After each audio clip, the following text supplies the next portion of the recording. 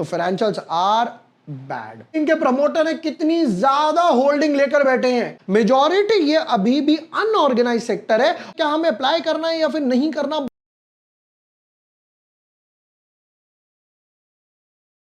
जय हिंद। अभी अभी शांति गोल्ड का आईपीओ आया था, उसी सेक्टर से ताल्लुक रखता हुआ एक और कंपनी ब्लू स्टोन ज्वेलरी का आईपीओ आ रहा है। भैया रिटेल का कोटा सिर्फ 10% है। क्यों 10% है? पहली बात, फ्रेश इशू कितना है, ओएफएस कितना है, क्या हमें अप्लाई करना है या फिर नहीं करना, बहुत सारे सवाल हैं।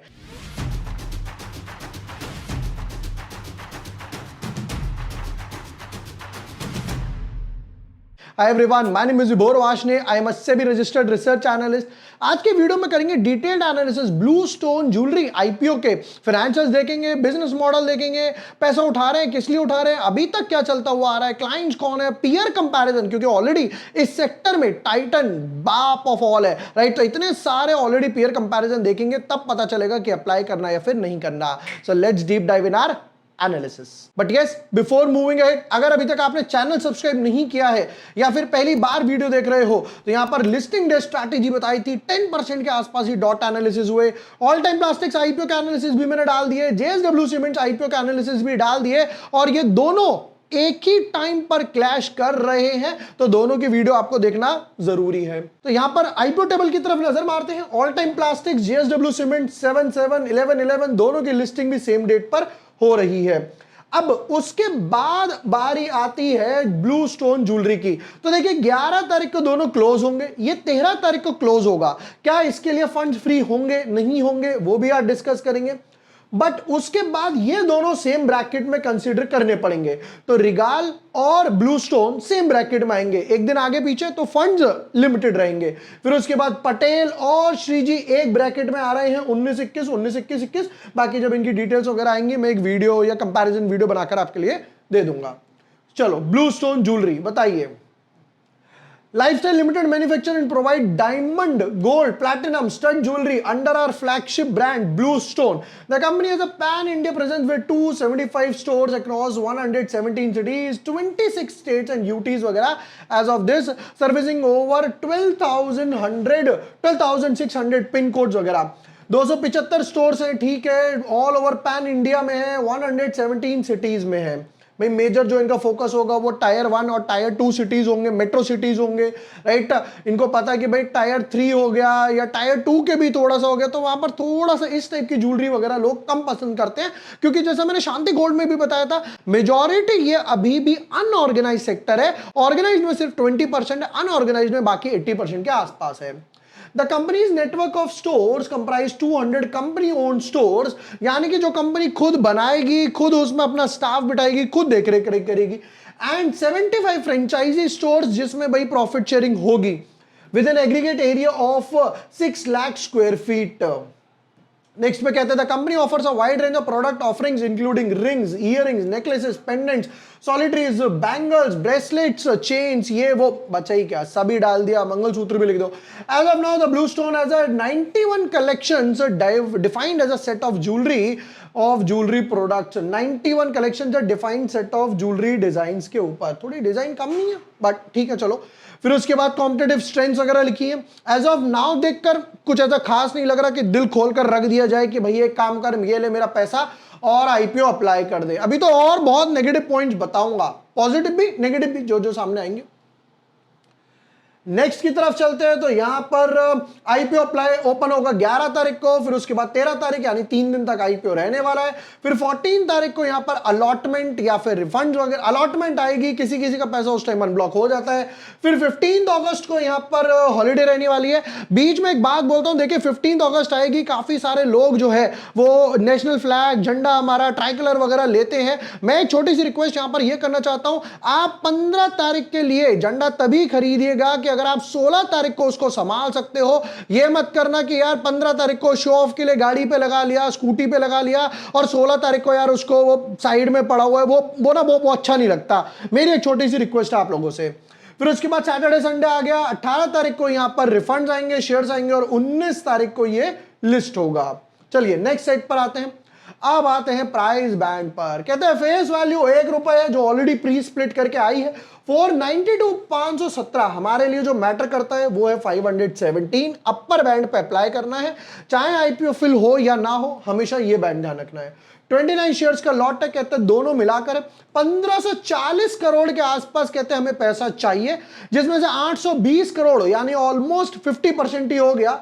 To be precise 53% fresh issue है और 47% जो है वो ओएफएस। ये 50-50 बैलेंस है, राइट। मेजॉरिटी बोला जाए थोड़ा सा एक छुटपुट डिफरेंस है, कोई ज्यादा डिफरेंस नहीं है। अब आते हैं नेक्स्ट पर। क्यूआईबी को दिया है भैया 75%, रिटेल वालों को 10%, एचएनआई को 15%। जब मैंने जेएसडब्ल्यू सीमेंट की भी वीडियो बनाई थी तब एक जनाब ने सवाल पूछा था कि भाई रिटेल कैटेगरी को जब कंपनी लॉस में है, जेएसडब्ल्यू सीमेंट ने लास्ट ईयर लॉस इनकर करा अपने पैट लेवल पर, तो उन्होंने पूछा कि भाई रिटेल वालों को 35 कैसे दिया गया। देखिए सेबी का रूल यह बोलता है कि अगर आपने इबिटा लेवल पर लॉस किया है, इबिटा लेवल पर, तो आपको 10% देना है। अगर आप इबिटा लेवल पर प्रॉफिटेबल थे और पैट में नेगेटिव गए because of interest, taxes, depreciation, तो आप 35% दे सकते हो। ये सेबी का रूल है। नेक्स्ट पर आते हैं। कहते हैं एक लॉट की वैल्यूएशन है आपके लिए 14,993 और उसके ऊपर आपको अगेन 14 लॉट्स ही एक मेजॉरिटी में चलता है। अब देखिए जरा गौरव सिंह कुशवाहा जी इनके प्रमोटर है, कितनी ज्यादा होल्डिंग लेकर बैठे हैं 18%। क्योंकि भाई जो स्टार्टअप्स वगैरह होते हैं वो पहले ही डाइल्यूट करना शुरू कर देते हैं। उसके बाद कितना रह गया, सिर्फ 16% वगैरह। बाकी वीसीज, एफआईआई, डीआई लेकर बैठे हैं। भाई कम से कम 40-50 वगैरह तो लेकर बैठते भाई, आपकी खुद की कंपनी है। या प्रमोटर ग्रुप को क्लासिफाई करवा दीजिए। अब बताओ जी पैसा कितना बना, बचा क्या है। एसेट्स की बात करें तो यहां पर 1200 करोड़ के 1200 करोड़ के एसेट्स थे, डबल हो गए 2400 हो गए और वापस से 35। तो अगर हर साल पर देखा जाए तो ऑन एन एवरेज 1200 करोड़ के आसपास के एसेट्स जोड़ रहे हैं। ग्रोथ तो अच्छी है। इनकम की बात करें 780 करोड़ के आसपास, फिर ये ऑलमोस्ट 80% ग्रोथ के साथ 1300 करोड़ हो गया और उसके बाद 1800 करोड़, इनकम भी डबल हुई। प्रॉफिट आफ्टर टैक्स की बात पर चले तो 787 पर ऑलमोस्ट 160 करोड़ के आसपास का लॉस है, लॉस, एक अच्छा खासा लॉस। फिर उसके बाद सेल्स बढ़ी, लॉस थोड़ा सा कैप कर दिया, 142 करोड़ हो गया, बच गया, थोड़ा सा लॉस बच गया। फिर उसके बाद सेल्स बढ़ी और लॉस बढ़ गया। लास्ट 3 साल की बात करें 220, 140, 160 तो ऑलमोस्ट 500 करोड़ के आसपास का, इनफैक्ट मोर देन दैट, उससे ज्यादा का लॉस कर आए हैं। तो यहां पर अगर थोड़ा सा कैप कर देते तो समझ आता है, बट मार्केटिंग, स्टोर्स, एक्सपेंशन, उसकी वजह से लॉस है। ये देखिए ये कंपनी इबिटा लेवल में लास्ट 3 साल में लॉस कर आई है, जिसकी वजह से यहां पर इनका ट्रिगर हुआ। अब यहां पे सबसे बड़ी प्रॉब्लम पता है क्या आती है, देखिएगा इबिटा लेवल पर 73 करोड़ का प्रॉफिट था, यहां पर हो गया -221 करोड़ का। तो इन दोनों के बीच में ऑलमोस्ट 300 करोड़ का गैप है। उस 300 करोड़ में से मान लीजिए आपने कुछ छुटपुट टैक्स भी दे दिया, वो भी समझ आता है। बोरोइंग्स की तरफ देखा जाए तो 228 से 430 डबल और वहां से एक और ट्रिपल हो गई 728 करोड़ की बोरोइंग्स। तो यहां पर ये ऑलमोस्ट आप 70-80 करोड़ के आसपास का 10-12% से भी लगाया जाए तो अच्छा खासा इंटरेस्ट पे कर रहे हो। बाकी डेप्रिसिएशन वगैरह में चला गया तो financials are bad. Return on equity -34, debt to equity almost same के आसपास, PAT margin negative, EBITDA margin पे लेवल पॉजिटिव थे, प्राइस टू बुक वैल्यू 2, सिर्फ एक अच्छी बात है वो है प्राइस टू बुक वैल्यू 2, और पी रेशियो ईपीएस यहां पर नहीं दिया चित्तौड़ वालों ने, गलत बात है यार। फिर उसके बाद कहते हैं कि भाई किस लिए पैसा चाहिए, वर्किंग कैपिटल रिक्वायरमेंट्स के लिए हमें पैसा चाहिए। अब जरा कुछ कंपैरिजन देख लेते हैं, चलो यहां पर मेंशन है। फिर उसके बाद आ गया ब्लू स्टोन, टाइटन, कल्याण, सेनको, तंगमहल, फिर उसके बाद पीसी ज्वेलर्स। यहां पर पीसी ज्वेलर्स का भी इनफैक्ट 1 है, 42, 10, 6, 37, -79, बहुत बॉटम पर है।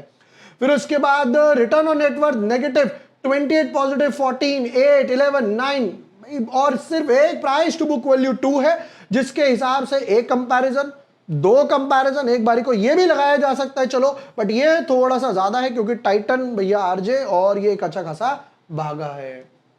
चलिए जी फाइनल वर्डिक्ट वगैरह की तरफ आते हैं कि क्या चल रहा है। ओवर सब्सक्रिप्शन की तरफ देख लेते हैं, लिस्टिंग इन। देखिए मोस्ट प्रोबेबली उन दोनों आईपीओ के पैसा इसके लिए फ्री हो जाएगा। सेक्टर अच्छा है, ऑर्गेनाइज्ड अनऑर्गेनाइज से आई शुड से ऑर्गेनाइज की तरफ मूव कर रहा है, बट प्रमोटर होल्डिंग 16% के आसपास, लॉस मेकिंग कंपनी है, रिटेल का कोटा थोड़ा सा छोटा है। ओवर सब्सक्रिप्शन की बात करूं तो 5-7 टाइम्स के हिसाब से ओवर सब्सक्रिप्शन होगा। कोई मेजर सब्सक्रिप्शन तो मैं नहीं देख पा रहा हूं, क्योंकि ओएफएस और फ्रेश इश्यू भी ऑलमोस्ट 50-50 है। लिस्टिंग इन की बात करूं तो हार्डली 2-5% लिस्टिंग इन होंगे, तो थोड़ा सा रिस्की मामला लग रहा है एज ऑफ नाउ देखकर। क्योंकि उसमें मैं ये भी बोलूंगा, देखो मार्केट लास्ट 2-3 दिन से ट्रम्प के एक्स्ट्रा 25% प्लस 25% की वजह से थोड़ा सा वोलेटाइल नजर आ रहा है। आपने देखा भाई थर्सडे को भी मार्केट वोलेटाइल था, फ्राइडे को भी मार्केट वोलेटाइल रहा, रेड में गया, जिसकी वजह से एज ऑफ नाउ ये आईपीओ देखकर लिस्टिंग गेन के हिसाब से नहीं लग रहा। बट मे बी अगर मार्केट में थोड़ा सा बूस्ट आता है, वो दोनों आईपीओ अच्छे ओवर सब्सक्राइब होते हैं, या फिर मार्केट में थोड़ी सी पॉजिटिविटी आती है, तो हर बार की तरह मैं ट्विटर टेलीग्राम पे तो अपना फाइनल वर्डिक्ट डालने ही वाला हूं। वरना अगर नहीं डालता हूं तो डेफिनेटली स्किप आईपीओ रहेगा। ट्विटर टेलीग्राम का लिंक आपको डिस्क्रिप्शन पिन कमेंट में मिल जाएगा, वो फ्री कम्युनिटी है, जाकर बिल्कुल भूलना मत ज्वाइन कीजिएगा। वीडियो पसंद आया हो share with your friends, like and subscribe. Thank you for watching the video, lots of love.